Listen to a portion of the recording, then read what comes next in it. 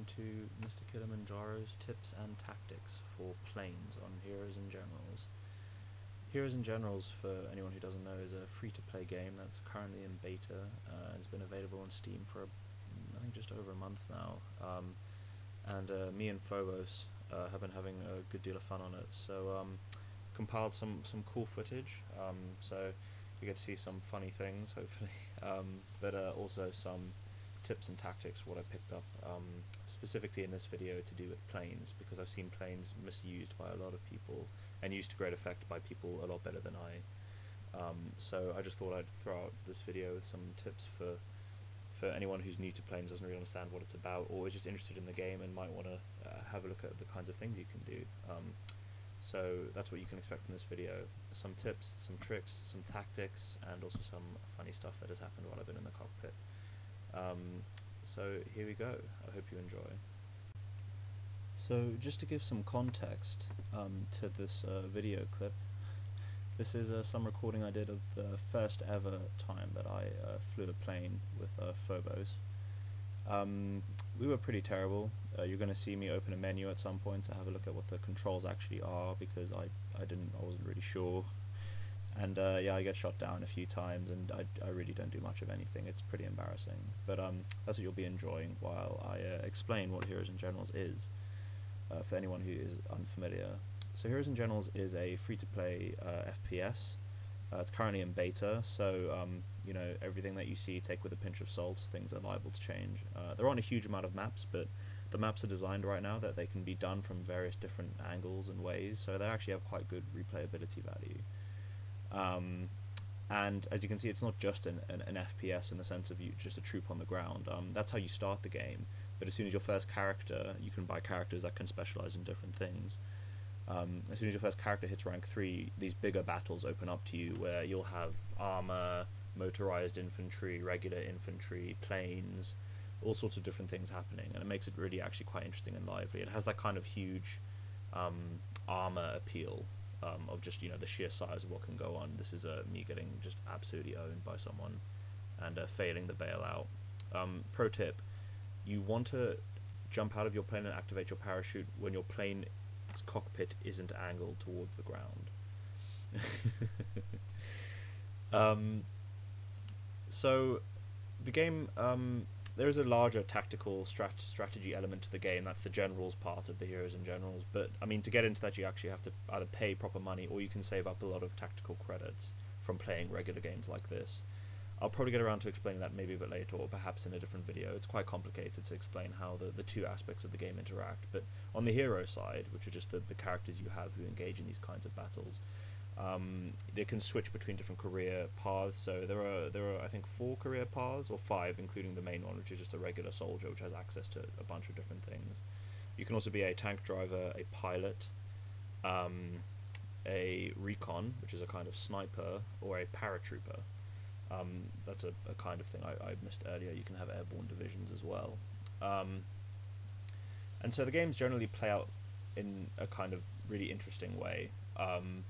You know, people can leave and join as they please, so that there's kind of an ebb and flow where sometimes you'll have the advantage in numbers and stuff like that, and sometimes you won't.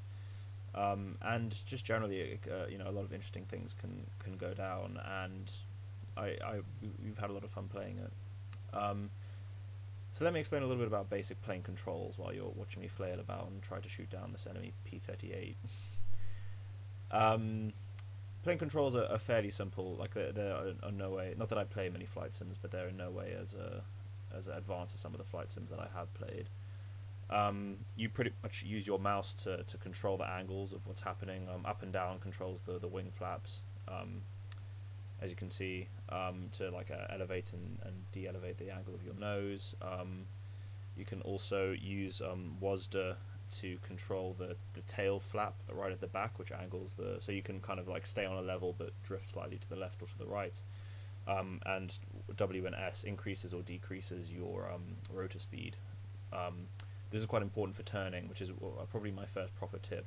If you want to turn properly, to turn to engage someone, or if you're coming in behind someone else, and you need to kind of, that was me actually getting shot out of my cockpit, which was an excellent shot by that guy. although quite lucky, it's hard to angle those things. Anyway, so if you're coming in quite fast, but someone's turning already, so you're going to have to turn to catch them. If you drop your speed dramatically and then turn hard, then and kind of bring your speed up again slowly, kind of about halfway through the turn, you'll actually do quite well to get back on their tail. It's quite a good dogfighting trick that you just learn from other various flight games. I think I probably learned it from Ace Combat at some point.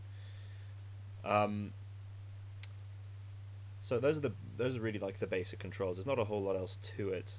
If you're ever in danger, you push E to eject, and then your parachute will automatically activate. In terms of actually shooting, that was the thing I was looking up earlier because I wasn't sure how to shoot anything other than with the front MG. If you push your left hand button on your mouse, that will fire your smaller MG, your nose-mounted MG. I'm pretty sure that was Phobos crashing into someone. Your nose-mounted MG, which is only good for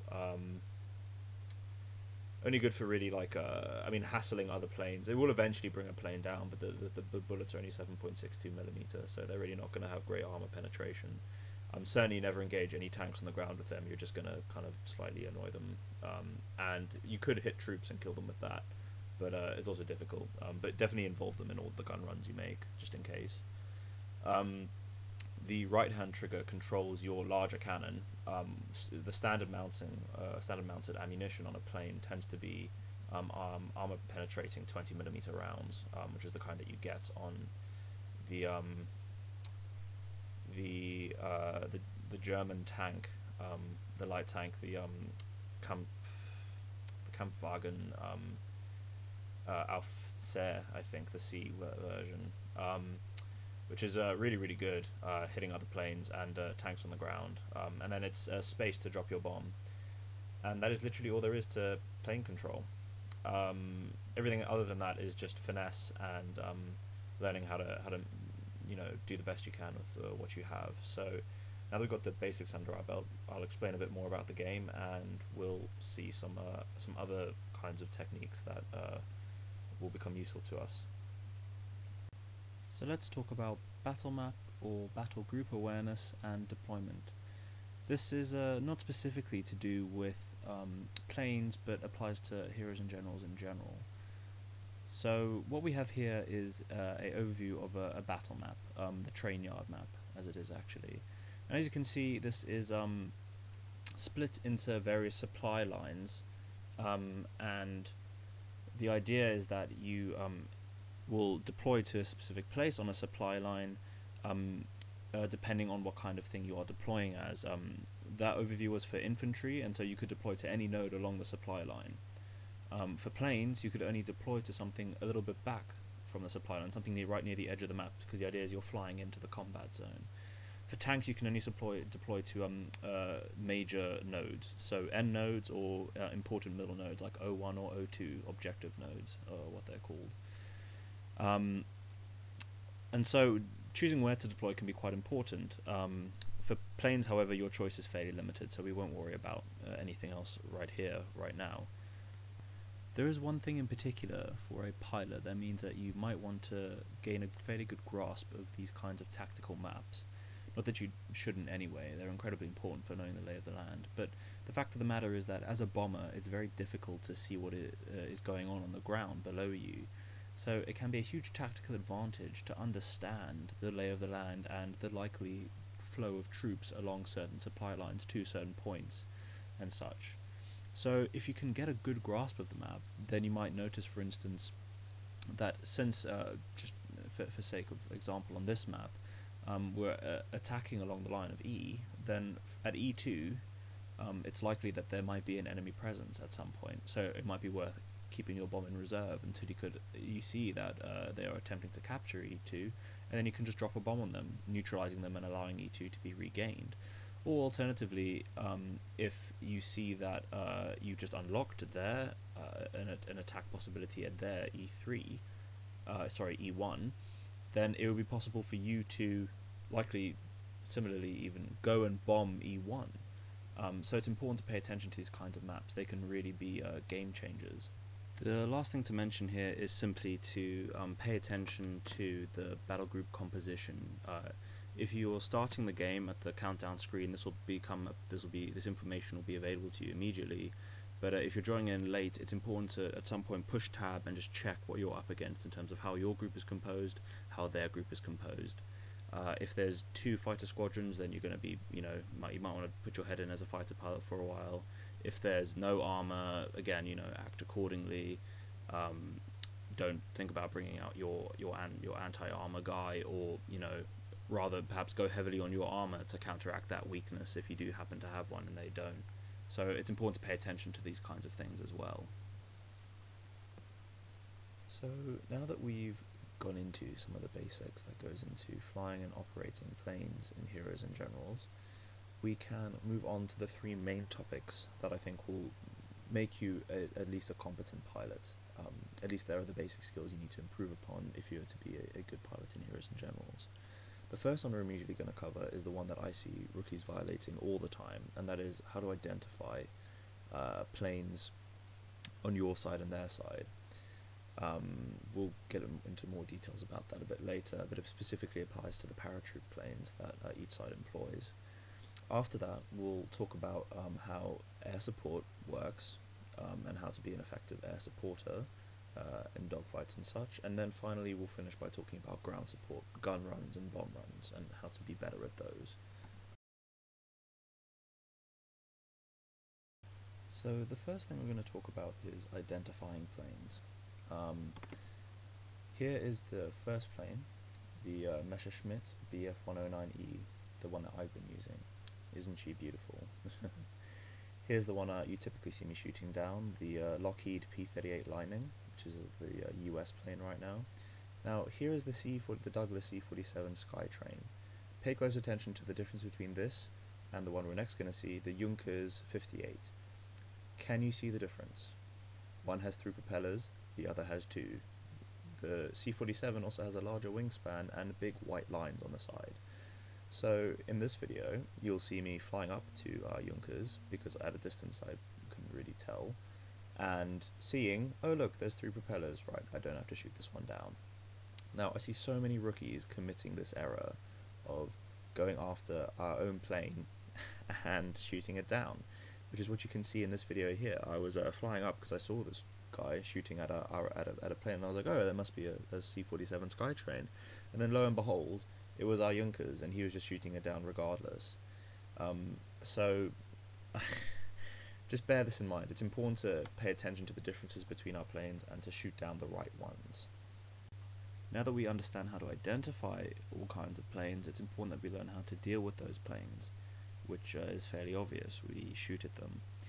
But it's really important to understand when air support is required, on what kinds of battle group formations lend themselves to kinds of air support, because generally if there aren't many other enemy planes in the air, then you don't need to maintain like 4 fighters of your side. That's 2 fighters too many, essentially. Those people could be of better use on the ground. But on the other hand, if you do have a whole bunch of, isn't like if there are 2 full squadrons of fighters on both sides, then that's a whole lot of support that is required in the air, potentially. So we'll go over the 2 different kinds of air supports that are required. The first is attacking enemy paratroop planes, bringing them down and interdicting their general ability to deploy paratroopers to the map. And the second is just straight up combat air patrols, support, those kinds of things, where you're just flying around the map looking for enemy planes that come in and trying to catch them before they can bomb your own forces. And generally keeping the skies clear. Those are generally the only 2 kinds of air support that are currently available in the beta. There will be more later on, at least that's what the Wikipedia page says, but I can't deal with those until they come out. So let's just deal with these 2 now. There's not a whole lot to talk about when it comes to shooting down enemy paratroop planes. They tend to be fairly unguarded because most of the, unless you're meeting a particularly organised squadron, generally the other people will be more interested in providing ground support or attacking you than defending their own paratroop plane from you. The only trick can sometimes be on the foggier or cloudier maps of actually finding the plane. They are a lot louder though. Obviously, they have quite large engines, and 2 or 3 of them, depending on which side you're on. So, if you can ever hear them, then it's a good idea to just push control, I think is the key, which allows you to free look in your plane and try and locate it around you, and then move towards the sound and see if you can find it. Other than that, the only real trick is, just generally try and hit them. You can bring them down with just MG if you're out of AP rounds. You just got to hammer at them for a little bit longer. But if you fire your AP in quick bursts and pepper it with MG all the while, shouldn't be any real problem. Should be able to bring them down real easy. The only essential difference between paratroop planes and regular fighter planes is the human difference. When you're fighting a paratroop plane, if I didn't make it clear earlier, it's just AI. It's just flying around the map, dropping paratroops over certain points. Obviously, other planes are actually piloted by humans, so they're a bit trickier depending on how good the pilot is. Really, though, the essentials are the same. You're just trying to get in behind them and hammer them for as long as possible. It's really difficult to shoot things from head-on unless they've taken a lot of damage, because you're just not going to have enough time to zero in on them, center your aim, and actually let off enough rounds to bring them down. So generally, the rule of thumb is to get in behind them, stay on them for as long as possible, and wait until you're nice and level to let off a few rounds every now and then. Again, same as with machine guns on the ground. Bursts is the name of the game. You hold down on the MG button and try and catch them out, but because you only have 120 rounds, at least on the Messerschmitt, I'm not sure about the P-38, you only have 120 rounds of AP ammo. Those go really, really quickly, so you need to keep those when you're absolutely sure you're going to hit them straight on and do maximum damage. The only other tip I have is the one that I said earlier, really. If you're trying to catch someone on a turn, slow down, turn, speed up.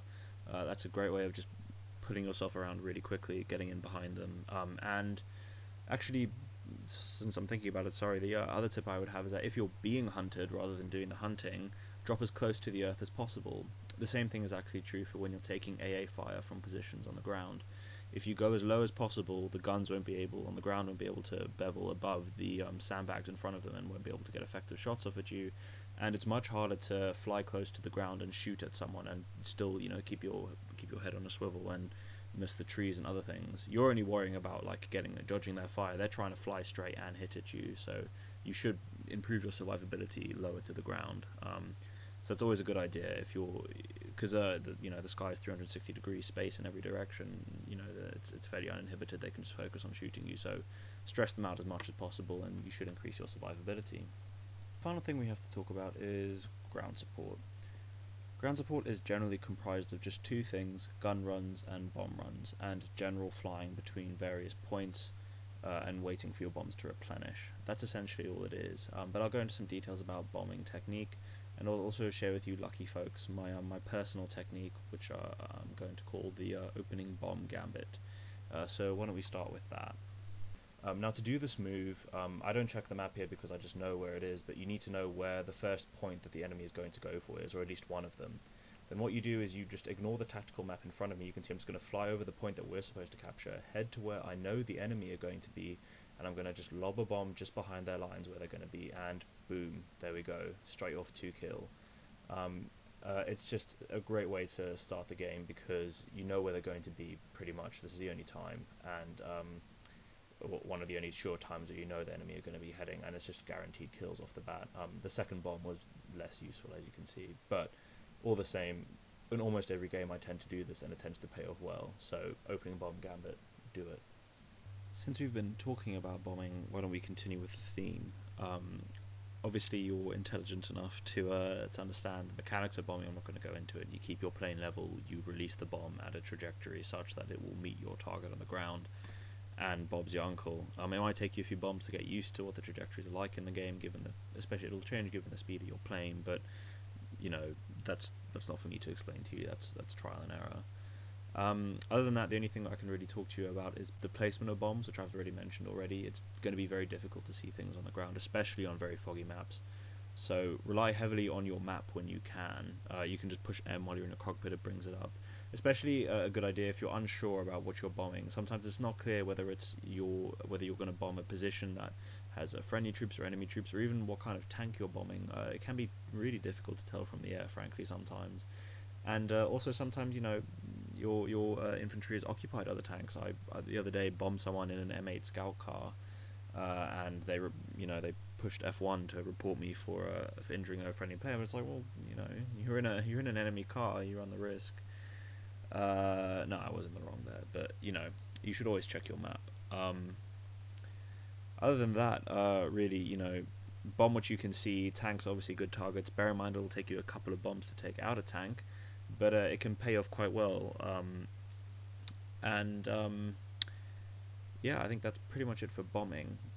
So what we'll talk about a little bit next is what you'll spend the predominant amount of time doing while you're waiting for your bombs to recharge, which is really just trying to gun run things on the ground.